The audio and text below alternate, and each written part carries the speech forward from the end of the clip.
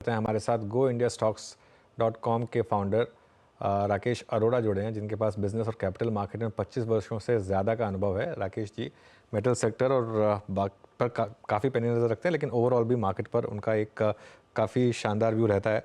Rakesh ji, good morning. पहले तो morning. Market की बात कर लेते हैं, उसके बाद कुछ स्पेसिफिक्स पे बात करूँगा। क्या लग रहा है अब इस समय, ये जिस तरीके की वन वे रैली हुई है, क्या ये सस्टेन करेगी? ये अनुज, ऐसा है कि जो रैली हुई है वो अर्निंग्स के साथ सपोर्टेड रही है। तो वैल्यूएशंस अभी भी बहुत ज़्यादा नहीं हुए हैं, तो मुझे लगता है कि इस रैली में अभी थोड़ा और दम बाकी है। ऑब्वियसली बजट की एक्सपेक्टेशंस है, देखते हैं वो कैसा आता है। बट मुझे लगता है कि 5-7% तो यहाँ से और आराम से चल सकता है मार्केट। ओके, और सेक्टोरली कहाँ पर आप इस समय दांव लगाना पसंद करेंगे? कौन से सेक्टर्स ज़्यादा अच्छे लग रहे हैं आपको? अनुज, थोड़ा बहुत रोटेशन हो रहा है। जो अंडर परफॉर्मिंग सेक्टर्स थे, जैसे कि अभी आप लोग बात कर रहे थे, केमिकल वगैरह जो अंडर परफॉर्म किए, और फाइनेंशियल्स में भी प्राइवेट बैंक्स अंडर परफॉर्म कर रहे थे, वहां पर रोटेशन हो रहा है। तो अभी मुझे लगता है कि वहाँ वो रैली चलती रहेगी। आईटी सेक्टर भी हो सकता है कि थोड़ा रफ्तार पकड़े। तो ये जो अंडर परफॉर्मिंग सेक्टर्स है वहां पे रोटेशन पॉसिबल है। अब बात करते हैं ये जो बड़ी डील हुई है आज अल्ट्राटेक सीमेंट की, और जो इंडिया सीमेंट में इन्होंने स्टेक खरीदा, क्योंकि आप कमोडिटी सेक्टर को काफ़ी क्लोजली ट्रैक करते हैं, इस डील को कैसे देख रहे हैं आप? अनुज, जो अभी तक समझ में आ रहा है कि अभी कंफर्म तो नहीं है, लेकिन अल्ट्राटेक ने जो रिलीज दिया उसमें लिखा है कि फाइनेंशियल इन्वेस्टमेंट है उनके लिए। तो मुझे लगता है कि इंडिया सीमेंट प्रोमोटर्स ने माल नहीं बेचा है। ये एक जो मेन बड़े शेयर होल्डर थे उसके अंदर, उन्होंने शायद ये माल बेचा है। तो उनके लिए तो बहुत अच्छा डील है कि उनको एक एग्जिट मिल गया, जो कि अदरवाइज पॉसिबल नहीं था। और अल्ट्राटेक के एंगल से मैं सोचता हूँ तो इस तरह की डील नॉर्मली तो उनको करनी नहीं चाहिए, क्योंकि वो तो एक 100% शेयर होल्डिंग की वाली ही डील नॉर्मली करते आए हैं अभी तक। और 23% से कुछ सेंस बनता नहीं है। तो अगर मैं सोचता हूँ तो मुझे लगता है कि उन्होंने ये एसेट को ब्लॉक करने के लिए किया है, ताकि काफी कंपटीशन चल रहा है उनके और अडानी के बीच में मार्केट शेयर को लेके। तो मुझे लगता है कि उन्होंने ये 2000 करोड़ का इन्वेस्टमेंट उस एक 15-15.5 मिलियन टन एसेट को ब्लॉक करने के लिए किया है। बिल्कुल, ये भी सॉरी वीरो, एक और सवाल लेना चाह रहा था मैं राकेश जी से। राकेश जी, अब सीमेंट एज ए स्पेस कैसा देखा जाए, क्योंकि अब आपके पास दो लार्ज प्लेयर्स हो गए, एक अदानी ग्रुप और एक बिरला ग्रुप। उसके अलावा अब ऑब्वियसली दालमिया भारत है और श्री सीमेंट है बड़े प्लेयर्स में, और उसके बाद बाकी सारे छोटे प्लेयर्स हैं।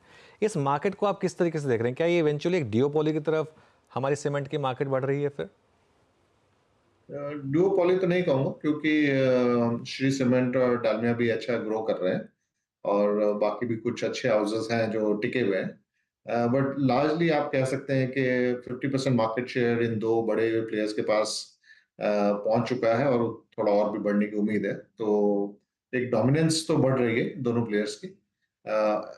और ये मुझे लगता नहीं कि इसका कुछ रिवर्सल है, ये बढ़ने वाली है थोड़ा और आगे जाके। ओके, अब बाकी की सीमेंट कंपनियों को अब कैसे देखा जाए? बाकी की साउथ बेस्ड कंपनियां हैं जैसे रैमको सीमेंट वगैरह, उसको कैसे देखा जाए? और जो बाकी की बिरला ग्रुप की जो छोटी वाली सीमेंट कंपनियां हैं, क्या अभी माना जाए कि इवेंचुअली वो भी सारी अल्ट्राटेक में मर्ज होंगी? क्या वहां पर एक अपॉर्चुनिटी मिलेगी? तो रैमको तो बहुत ही प्रोफेशनली रन और बहुत ही एफिशिएंट कंपनी है, तो मुझे नहीं लगता वहाँ ऐसा कोई भी ड्यूरस है। अभी जब इतनी मंदी चल रही है और इंडिया सीमेंट पिछले 2 साल से बड़े बड़े लॉसेस कर रहा है, रैमको सीमेंट अच्छा खासा प्रॉफिट कर रहा था, तो वहां पे तो कोई ड्यूरस नहीं दिखता है। बट हाँ, ये छोटी जो अदर दूसरी कंपनी जो आप मेंशन कर रहे हैं, तो उसमें जरूर मुझे लगता है कि कुछ ना कुछ डील की संभावना है, और मीडिया में उनके नाम आते रहते हैं। तो मुझे लगता है कभी ना कभी इनका कंसोलिडेशन होना तय ही है। और जिस तरह की डेस्परेशन दिखा रहे हैं दोनों लार्ज प्लेयर्स, अगर विलिंग सेलर होगा तो जल्दी डील हो जाएगी। ओके, एक एक आखिरी सवाल इस मतलब इस स्पेस पर, उसके बाद बाकी मार्केट पर आपसे बात करेंगे। सीमेंट ने बहुत पैसा बनाया इन्वेस्टर्स को, और खासतौर से जब से अल्ट्राटेक सीमेंट में वो एनिमल स्पिरिट जागी हैं, उसके बाद से शायद उसका एक ट्रिगर रहा जब अदानी ग्रुप ने अंबुजा और एसीसी को एक्वायर कर लिया। क्या इस स्पेस में यहाँ भी पैसा बनेगा, और क्या एक आगे एक रिस्क रहेगा कुछ गवर्नमेंट इंटरवेंशन का? क्योंकि मुझे याद है एक बार पहले जब प्राइसेस बहुत बड़े थे तब ये इशू हुआ था। अनुज, चक्कर ये है कि गवर्नमेंट इंटरवेंशन इतना पॉसिबल नहीं है। जीएसटी पहले ही आप 28% पे है, तो उससे ज्यादा क्या बढ़ा देंगे।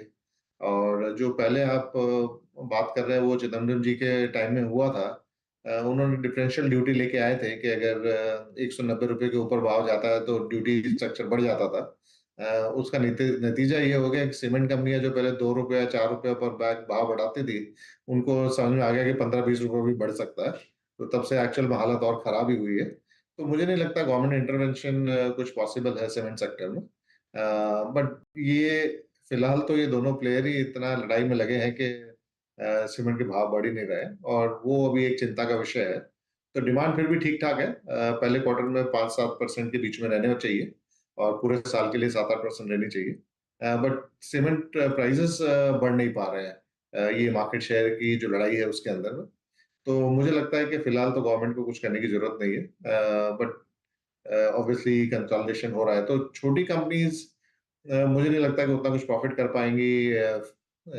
लार्जर कंपनीज़ के पास कॉस्ट एफिशिएंसी होती है, तो वो लोग अगर ₹1000 पर टन करेंगे, तो छोटी कंपनी ₹400-500 करेगी। तो मेरे हिसाब से इस माहौल में बड़ी कंपनीज़ के साथ ही बने रहना चाहिए, क्योंकि वहाँ पे वॉल्यूम ग्रोथ आएगी, कॉस्ट लीडरशिप है, मार्जिन भी ठीक रहेगा और अगर कुछ कंसोलिडेशन होता है, तो उसका बेनिफिट लार्जर कंपनी को ज़्यादा आएगा, छोटी कंपनी को उतना नहीं आएगा। हम्म, अच्छा, तो सीमेंट पे हमने राकेश जी का एक बड़ा काफ़ी बड़ा एनालिसिस सुना अभी और हर चीज़ कवर कर लिया ऑलमोस्ट इन प्रश्नों में और इन उत्तरों में। राकेश जी अभी थोड़ा सा कमोडिटीज़ पे रहते हैं। Metal index still all time high पे है। मेटल्स पे अब आपकी कॉल क्या है इतने बड़े मूव के बाद? स्पेशली अगर मैं अप्रैल 2023 से कंपेयर करूं सर, ये इंडेक्स करीब करीब 5700 का इंडेक्स आज 9700 की रेंज में है। मेटल्स पे फेरस नॉन फेरस ग्रुप दोनों पे आपका टेक, और अभी भी क्या चेस करने लायक है और क्या अवॉइड कर रहे हैं आप मेटल में? तो इसको अपन 2 टुकड़ों में देखते हैं। एक तो स्टील कंपनीज़ के बारे में देखते हैं कि स्टील कंपनीज़ का अच्छा खासा री-रेटिंग हुआ है पिछले 1 साल में और उसका कारण ये है कि चाइना पहले अपने एक्सपोर्ट पे 13% रिबेट देता था। वो उन्होंने कुछ 2021 में हटा लिया था। हालाँकि उस समय हमने सोचा था कि हमारे स्टील कंपनीज़ के मार्जिन जो है वो करीबन $65 यानी कि करीबन 4,800 से ₹5,000 पर टन से बढ़ जाएँगे। बट उसके बाद कोविड की रैली आई और उसके बाद गवर्नमेंट ने कुछ एक्सपोर्ट टैक्सेस लगाए, तो ये मुद्दा मतलब छिप गया था। बट अभी हम देख रहे हैं कि जब चाइना की कंपनीज़ ज़ीरो एबिटा पे चल रही हैं, but Indian companies decent profit कर रही हैं, तो उसके हिसाब से एक री-रेटिंग हो गई है स्टील कंपनीज़ की। जो मुझे लगता है कि अब कंप्लीट हो चुकी है और यहाँ से ऐसी कोई मार्जिन में कोई मेजर तेज़ी दिखाई नहीं दे रही है। तो मुझे लगता है कि अभी जो वॉल्यूम ग्रोथ स्टोरी है वो ही चलेगी। हो सकता है कि कभी अगर प्राइसेस गिरते हैं तो नीचे में खरीदने के मौके बन सकते हैं स्टील कंपनीज़ में। बट री-रेटिंग एक तरीके से हो चुकी है। दूसरा है नॉन फेरस जिसके अंदर एल्यूमीनियम मोस्टली हमारे पास 2-3 कंपनियाँ हैं। एल्यूमीनियम में काफ़ी तेज़ी रही है क्योंकि ग्लोबली सबको ही रिन्यूएबल में जाना है और कॉपर और एल्यूमीनियम दोनों बेस मेटल्स हैं जिनकी काफ़ी खपत होती है जब आप ट्रांसमिशन लाइन डाल रहे हैं। तो एल्यूमीनियम के भाव काफ़ी बढ़े हैं, 2200 से $2500 के ऊपर चले गए हैं। बट अभी कुछ चाइना में काफ़ी स्लो डाउन देख रहे हैं जहाँ पे मेजर इंक्रीज़ आ रहा था। और ग्लोबली भी आप देख रहे हैं कि बाकी कंट्रीज चाइना जो रिन्यूएबल और ईवी सेक्टर से एक्सपोर्ट करना चाहता है, उस पे पाबंदी लगा रहा है। तो मुझे लगता है कि ये जो रिन्यूएबल का जो दौर चला है वो थोड़ा थमेगा क्योंकि अगर चाइना को ग्रो करने में थोड़ी डिफिकल्टी आएगी तो काफ़ी एल्यूमीनियम और कॉपर अवेलेबल है वर्ल्ड में। तो मुझे लगता है कि अभी एक जो री-रेटिंग हुई है री-रेटिंग तो नहीं कहूँगा मतलब जो भाव बढ़े हैं एल्यूमीनियम के वो एक सीलिंग को टच कर गए। यहाँ से मुझे लगता है कि भाव और बढ़ने वाली कोई आशंका दिख नहीं रही है फिलहाल तो। तो दोनों स्टील और नॉन फेरस में मेरे हिसाब से एक बार के लिए स्टॉक्स जितना चल सकते थे चल चुके हैं। तो दोनों ही स्पेसिस पे फेरस नॉन फेरस पे आपकी टिप्पणी हो गई। अच्छा सर, एक तीसरी चीज़ और आई मीन कमोडिटीज़ पे होगा। लास्ट 2 हफ्ते से एक बार फिर से केमिकल स्टॉक्स में मूव है। केमिकल्स में सर आपकी रीडिंग क्या है? ऑल दो अर्निंग्स पे तो अभी तक शायद कोई इम्पैक्ट नहीं आया, लेकिन ग्लोबल डिमांड, चाइना की डंपिंग इश्यूज, इनके मद्देनज़र आपका व्यू इस वक्त केमिकल्स पे? तो कुछ अर्ली रिपोर्ट्स आ रही हैं कि जो केमिकल प्राइसेस थे वगैरह वो बॉटम आउट हो गए हैं, थोड़ा डिमांड पुल आ रहा है और तो उसको देख के आई थिंक मार्केट जो है वो 6-8 महीना पहले ही डिस्काउंट कर देता है। तो जो-जो केमिकल कंपनीज़ अभी बॉटम पे है आई थिंक उनको देखा जा सकता है। अब 6-8 महीने बाद पूरी तेज़ी आएगी कि नहीं आएगी वो तो मालूम नहीं है। आ गई तो मेरे को लगता है कि ये स्टॉक्स 50 से 100% रिटर्न दे सकते हैं। अदरवाइज़ यहाँ से कुछ खोने को कुछ खास है नहीं। ओके, केमिकल बास्केट पे आपका टेक हो गया। चलिए, तो यहाँ पे हमने सीमेंट को कवर किया, मेटल्स, फेरस, नॉन फेरस दोनों ग्रुप को, और केमिकल स्टॉक्स को। हाल में ही जहाँ पे काफ़ी अच्छा खासा मूव रहा है राकेश जी, मतलब मैं out of I think commodities बाहर निकलूँ तो 2-3 बहुत जो स्ट्रॉन्ग स्पेसेस रहे हैं उसमें real estate, ancillary, home improvement और HFCs जो हाउसिंग फाइनेंस कंपनीज हैं उनमें बहुत स्ट्रॉन्ग मूव रहा है। ऑल टाइम हाई पे ये सारी कंपनियां हैं। इनमें से अभी भी जहां पर आपको वैल्यूएशंस चेस करने का मौका दे रहे हैं, स्पेस दे रहे हैं, वो क्या है आपके मुताबिक? मुझे लगता है कि रियल एस्टेट कंपनीज में अभी और भी दम बाकी है क्योंकि रियल एस्टेट साइकिल जो है वो करीबन 10 साल की साइकिल होती है। तो अभी 1-2 साल ही हुए हैं जिसमें साइकिल अपटर्न हुई है। पिछले 10 साल में कुछ ऐसा चेंज नहीं आया था। और अभी गवर्नमेंट भी लो कॉस्ट हाउसिंग और अफोर्डेबल हाउसिंग को लेके काफ़ी स्टिमुलस दे रही है। और उम्मीद है कि इंटरेस्ट रेट साइकिल थोड़ा बिनाइन होगा आगे जाके। तो मुझे लगता है कि अफोर्डेबिलिटी इम्प्रूव होनी चाहिए।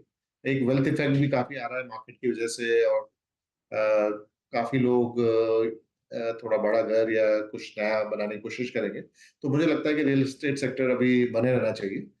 इसमें अभी भी और गुंजाइश बाकी दिख रही है। Housing companies housing finance companies भी मेरे को लगता है कि इस तेज़ी में भी अभी और अपसाइड बाकी है।